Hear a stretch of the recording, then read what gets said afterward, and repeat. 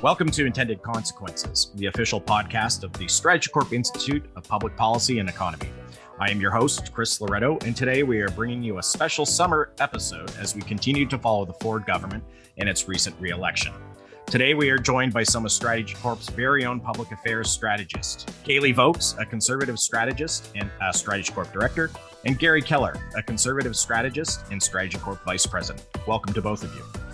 So the election is just over a month behind us, and we have a cabinet in place now. We have parliamentary assistants appointed, and there are still staff changes going on, and some things are starting to become clearer in that respect. The legislature is set to resume on August 8th to pass the budget that the government presented before the election, with the minor tweak of the government's commitment during the campaign around increases to ODSP.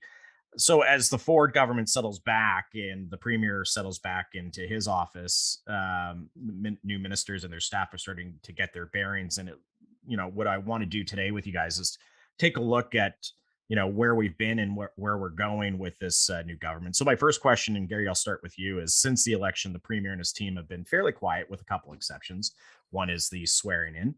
And the other was the premier was out announcing the gas tax cut, which took effect July 1st. Where do you think the premier has been focusing his time behind the scenes since the election? Well, first of all, I think that, cabinet obviously takes some time to make that decision. So the time from election day until the announcement was actually fairly quick. So it was about 3 weeks between election day and the time cabinet was announced. I compare that to the Trudeau government federally, who took literally about 2 months, it seemed like, to appoint a cabinet, even though they were in a similar situation, a government that had been reelected and there was continuity.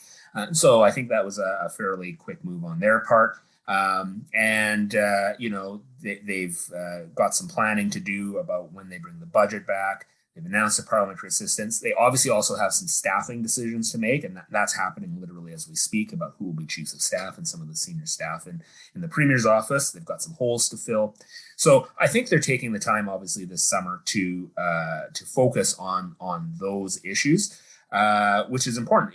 Staffing, you might not think is a big thing, but literally at the federal level in Ottawa, there were still major gaps in staffing in January and February, which is like 4 or 5 months after the federal election. And so it makes it very difficult for people to make decisions when the key levers aren't in place to help make those decisions. So the fact that those decisions are being made, I think that's a good sign. I think it's moving forward.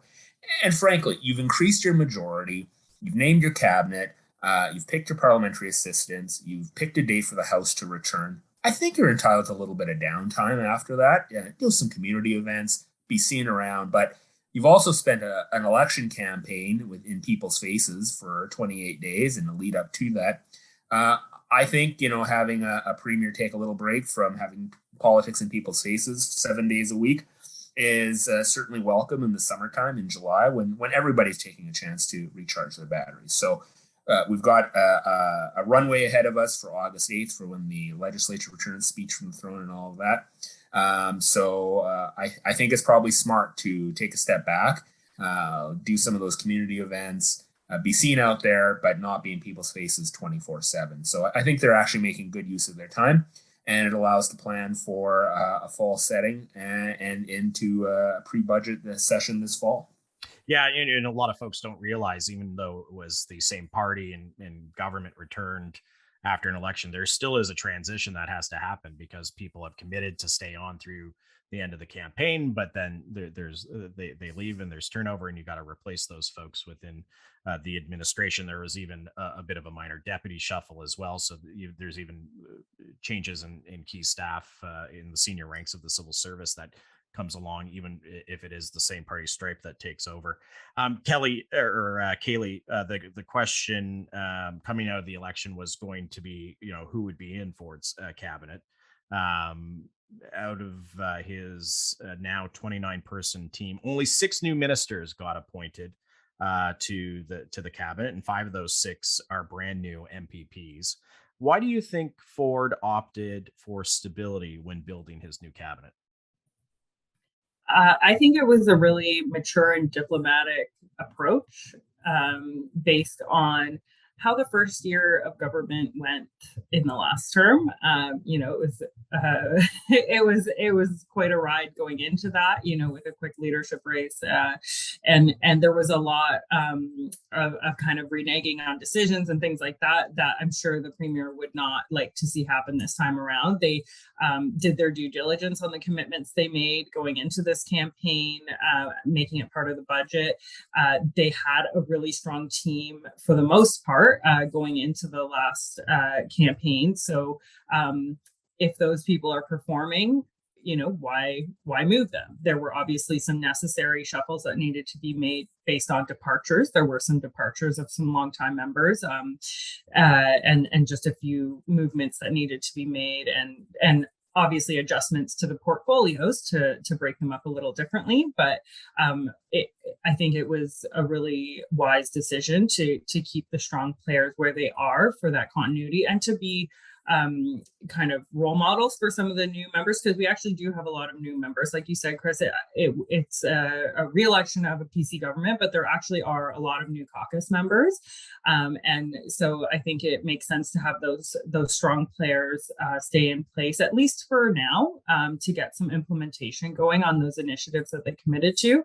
And then try out some of those new faces. It's always good to have kind of fresh blood around the table, like new perspectives, things like that.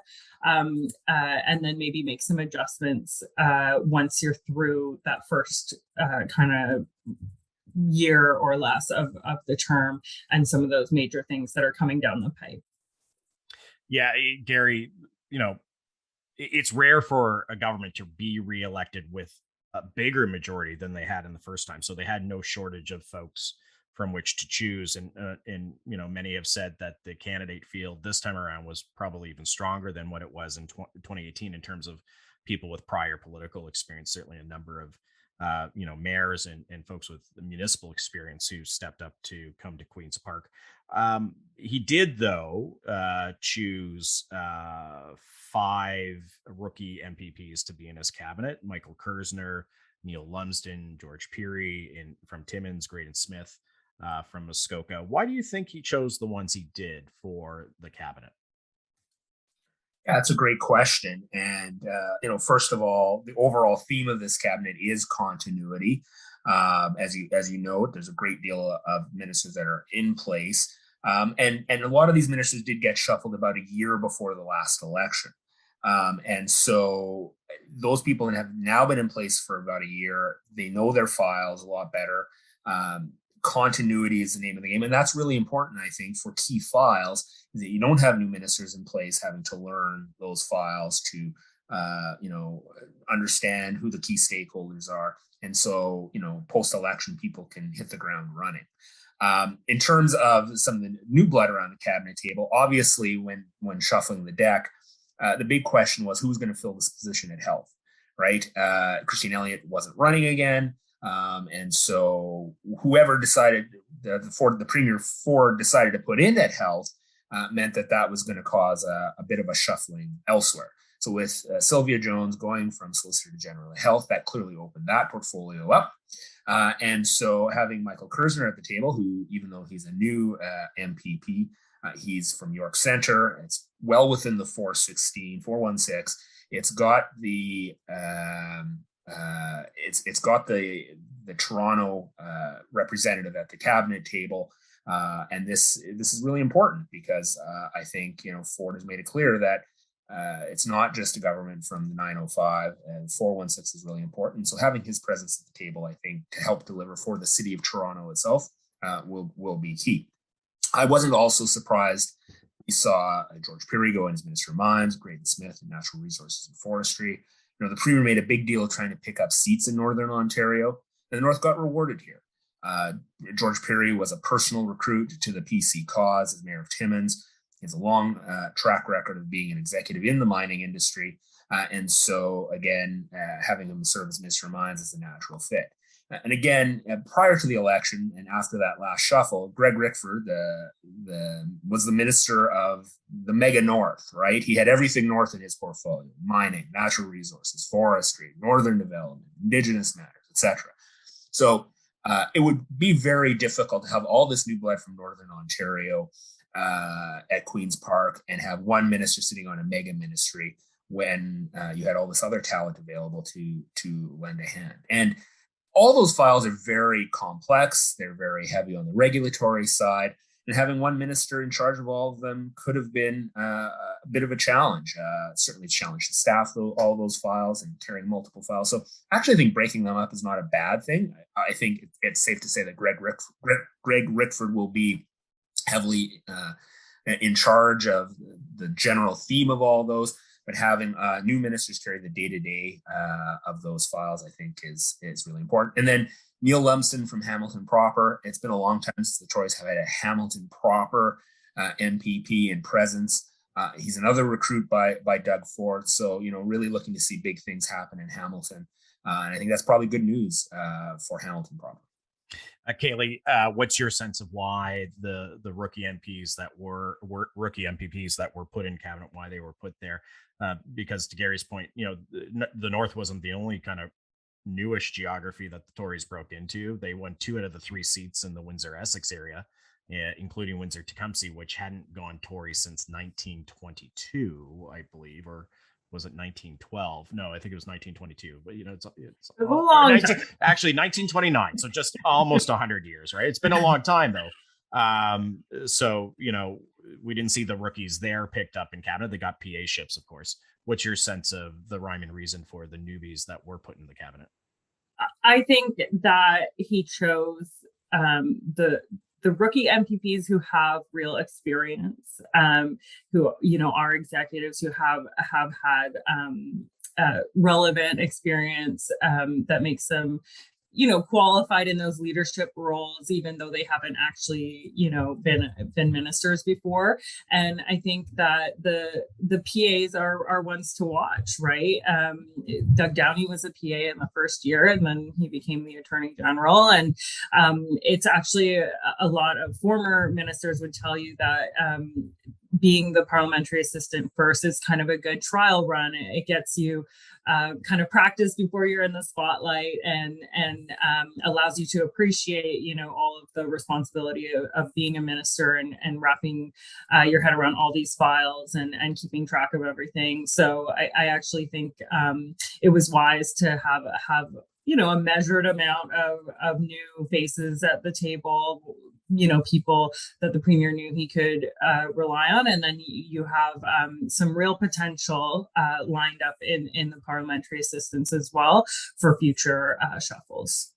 Yeah, absolutely. I mean, George Peary was a mining executive. So, I mean, he knows the industry and he certainly knows the stakeholders around the table, in addition to being mayor of Timmins. And, Michael Kersner, a very successful business executive himself. And one of the nicer guys you'll ever meet in politics, too. I had the opportunity to meet him a few times. So we don't have mandate letters. Last time around, mandate letters weren't shared. Who knows if they'll be shared this time? But let's turn our heads to the challenges that the government has to tackle. Where do you think the major focus is going to be, certainly in the first year of the government? The Get It Done slogan, there are a number of things. There's a lot of building that the premier wants to get done, hence the stability. But where do you think the real focus is going to be for them? And then I'll ask a part 2 of the question in a moment. But Kailey, where do you think they're going to want to focus in the first year? So where they will want to focus and where things will be focused are probably 2 different things. That was going to be the part 2 of my question. There's what I want to do, and then there's what I'm going to have to do. What they want to do is build all of these things that they've committed to, get the economy going. And there will be challenges with that. I mean, even put aside the cost escalations, inflation, everything that's happening on kind of the construction side. Even if you have the money, if you decide, we're going to do it regardless, there are going to be labor shortages. There's going to be supply chain issues. There are many challenges ahead. And once you get building, particularly, in transit, in the city of Toronto, you encounter utilities, you encounter municipal issues, you encounter NIMBYs. There's you're doing property acquisitions that are uncomfortable. There are all kinds of issues that come with implementation. And to your point, Chris, that's why you need steady hands at the helm of getting those things on their way. And then what they're probably not thrilled that's coming up is things like the teachers negotiations. I think nobody wants kids to be out of school after the back and forth throughout the pandemic. I think that's one thing where the premier kind of went off message with this exactly. gas tax announcement. It was sending a very clear signal about expecting people in the classroom in September. Exactly. So I think they'll go to great lengths to avoid a battle there, because I think that's the last thing they need. And another key issue that Minister Lecce is going to have to manage is making sure that money flows to these parents for their daycare deal as well, because that hasn't happened yet. And then, of course, on the health side, COVID isn't gone and there are discussions at the federal level and whatnot about vaccine doses, what's going to be mandatory for who, children. There'll still be discussions about children's doses. Moderna's putting in for a dose for 6 months and over, so there are going to still be continued questions, and all of the the money, the logistics, everything else that goes with those decisions as well. And that's why I think it's, wise that Minister Jones has gone over to health, since she was such a steady hand at SolGen throughout the pandemic emergency. And she has the familiarity with, she was at the table for many of those decisions that Minister Elliott was taking as well. So one of the things that was coming up consistently was the cost of living in the campaign. Gas tax was obviously a response to that, and that was promised before and then came into effect earlier this month. What more do you expect to see, Garry, out of the government in terms of cost of living? The budget's not going to change, but do you think there's going to be more work or more things that we're going to see from the government in that respect? Also, now there are words on everybody's lips, and there's a potential for a recession. The U.S. maybe as early as the last quarter of this year, so that's only going to compound issues. What do we expect to see out of the government on cost of living in particular? Well, I think the one thing this government's been very successful from a communication standpoint is really at least emoting and trying to understand the situation that Ontarians find themselves in with cost of living. And I think that was actually a big winning point for them during the election campaign. Whereas other political parties were bringing forward these super complex plans that would, hive off a little bit per month on X or Y, and had 19 points to them and required legislative change and a task force and whatever. Ford was saying, I'm going to cut the gas tax on July 1st, right? And so they have been very successful from a retail politics standpoint at moving quickly and reacting to changing events in the world. As Harold Macmillan once said, the British Prime Minister, what do you fear most, Prime Minister? And Harold Macmillan said, events, dear boy, events. And so I think that has been one of the hallmarks of the Ford government, is being able to react quickly. So I think if gas prices continue to spiral out of control, there will be a demand for ways to find solutions to that. I think different cost of living challenges, whether there are certain rebates for certain sectors of the population, certain direct cash transfers. We've seen other provinces try to do this in the past as well. A direct check or a little bit off of this, including, Ford right before the election, everyone got a check for their license plate sticker. So I think it's probably something that the government is keeping a very, very close eye on. And if things spiral out of control in terms of cost of living or recession, they will be moving quickly to try to deliver some sort of relief to demonstrate that they're trying to do something. And it will be a bit of a contrast as well with the federal government, which seems to come out with grandiose plans to do certain things, but it actually doesn't deliver very much in the way of direct relief to individuals. So time will tell. But like I say, they've been very good at being reactive and having their finger on the pulse of where the population is and how to maybe deliver relief fairly quickly.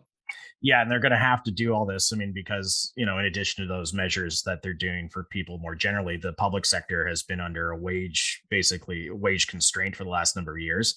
The premier's already indicated that he's willing to do more than a 1% increase for teachers. That means he's going to have to do more than 1% for everybody else in the public sector. And that's just going to, make budgeting even tougher. Kailey, from a fiscal perspective, there seems to be a lot potentially coming at the government. Do you see anything either in what the premier campaigned on or hearing anything in the early days of a new administration about what they plan to do or what they may be interested in doing to kind of deal with those fiscal pressures and what may be compounded by a recession? I think that at this point they're just acknowledging them. They're just okay. We see it. We know it's there. We know we're going to have to deal with that. I think that they just want to make sure they're delivering what they said they were going to. But the truth is that some tough calls are going to have to be made as time goes on with pressures, like I said, even on the capital projects, just the costs increasing, as they go through different stages of development. They'll be coming into Treasury Board needing more and more money. And yes, there could be lower revenues to the government as a result of a potential recession.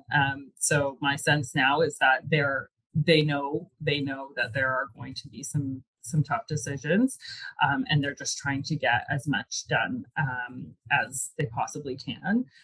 Just a fun tidbit that I heard come out of the premier was related to auto insurance. That's something that they could look at. It's difficult. It's very difficult to do anything about that. But if you're going to do it, you can do it early in the term. And that's something that at least wouldn't cost the Treasury money.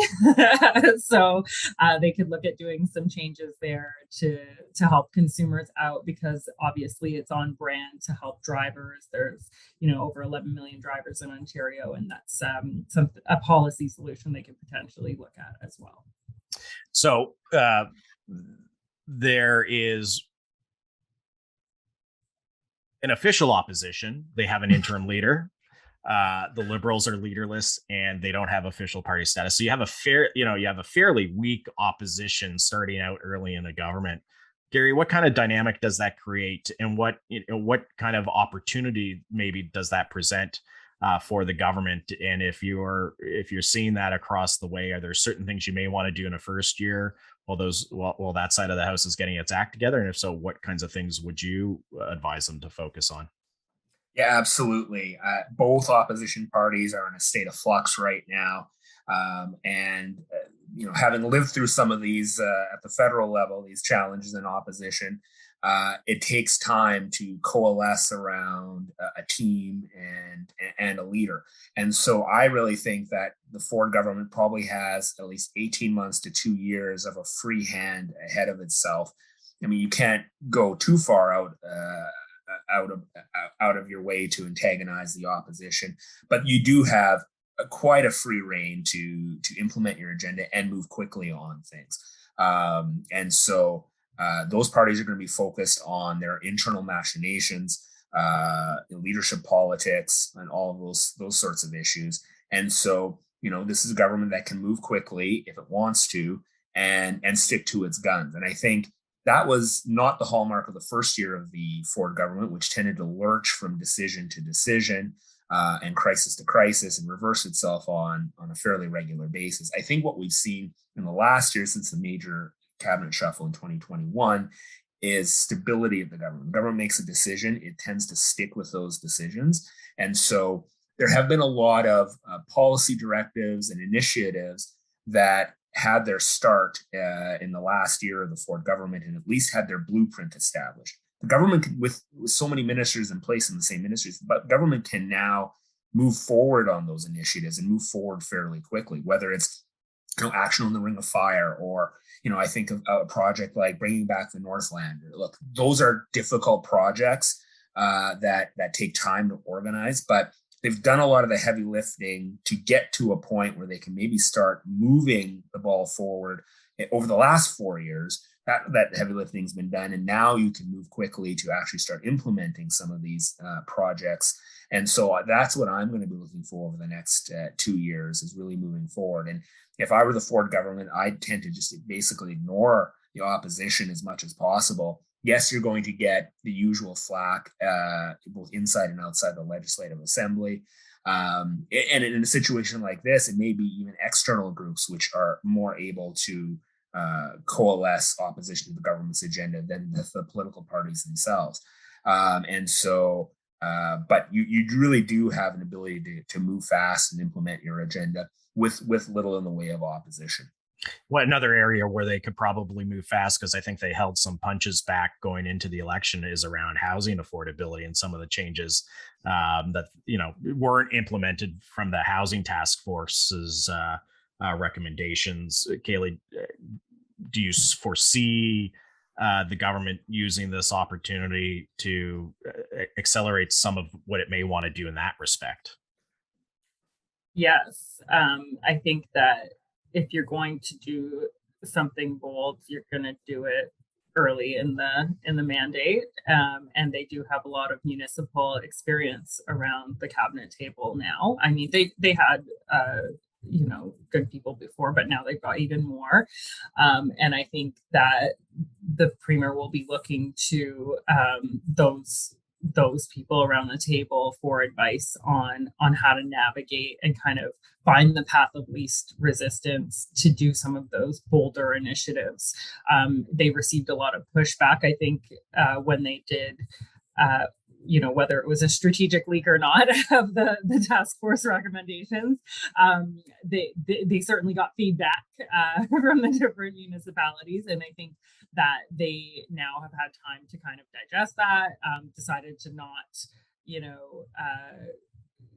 come in fists up through the campaign on those measures. But I think there's certainly an opportunity to delve a little deeper and see what is realistic as far as those more aggressive initiatives to actually move the dial on getting units built. I think that's the most frustrating thing for this government, is just how long it takes to get things built. And I think there are actually provincial policy initiatives that they could enact that would help the municipalities. And I do think that's actually what they want.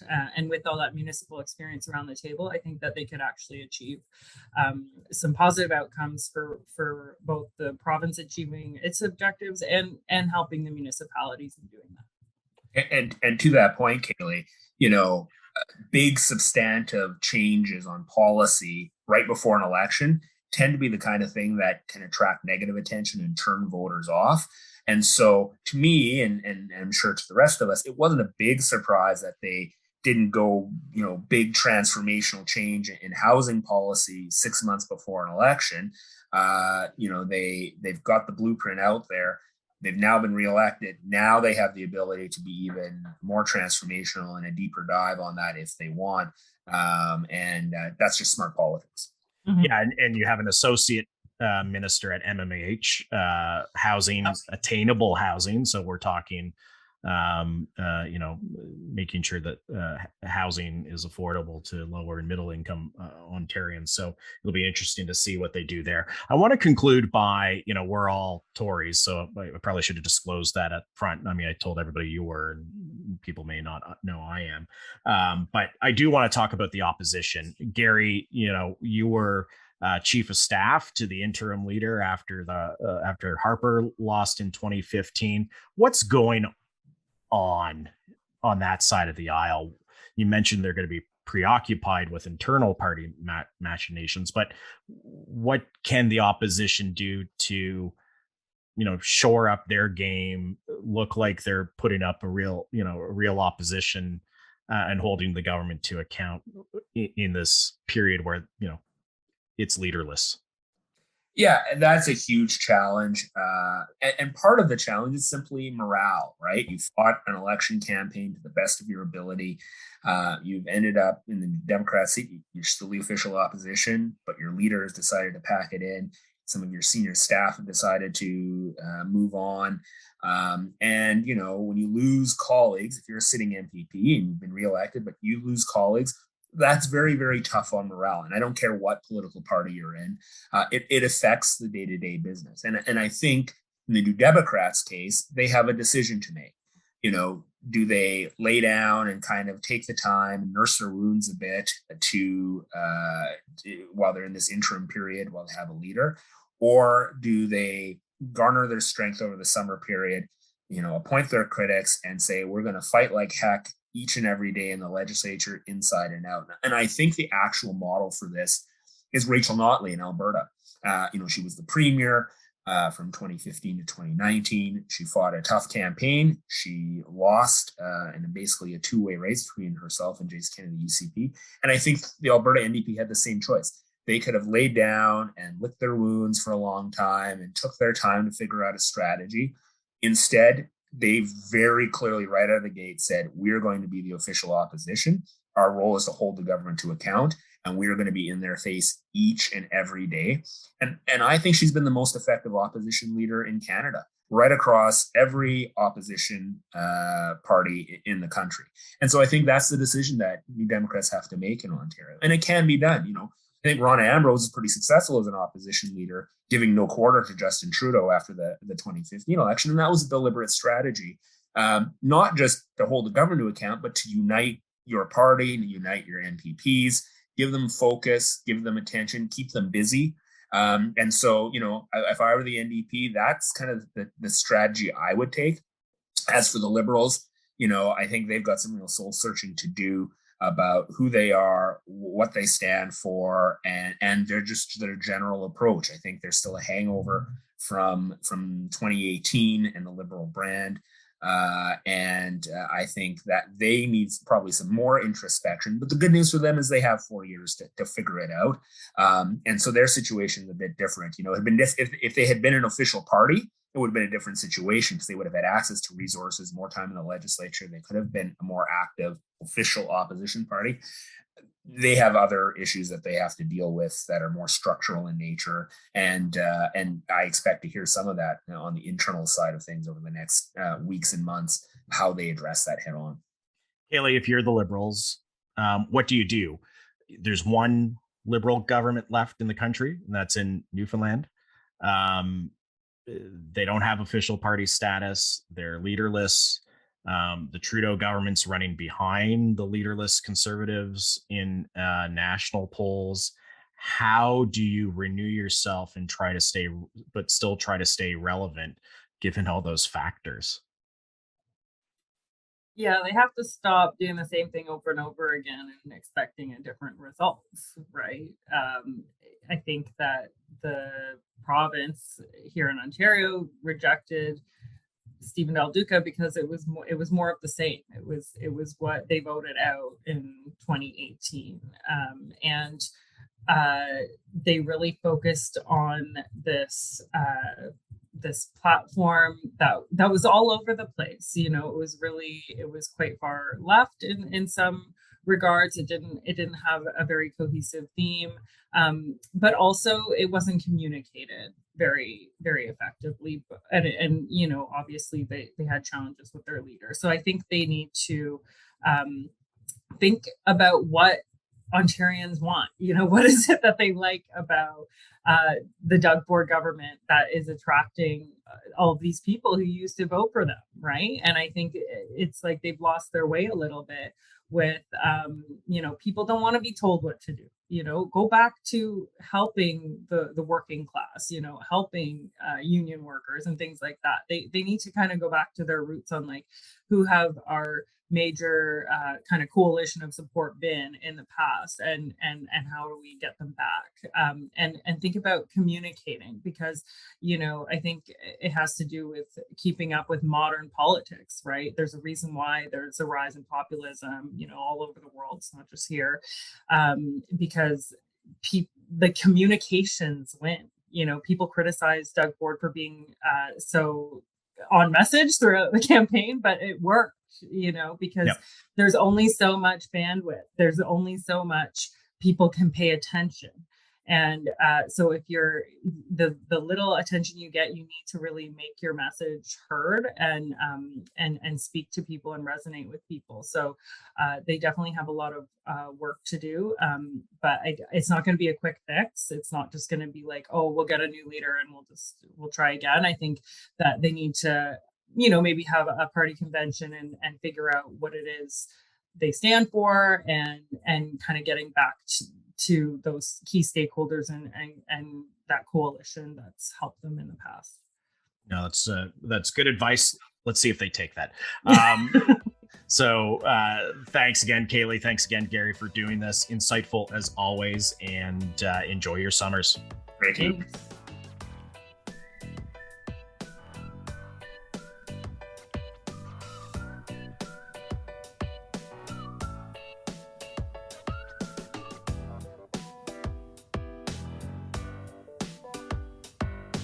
Thank you for listening to Intended Consequences, the official podcast of the StrategyCorp Institute of Public Policy and Economy.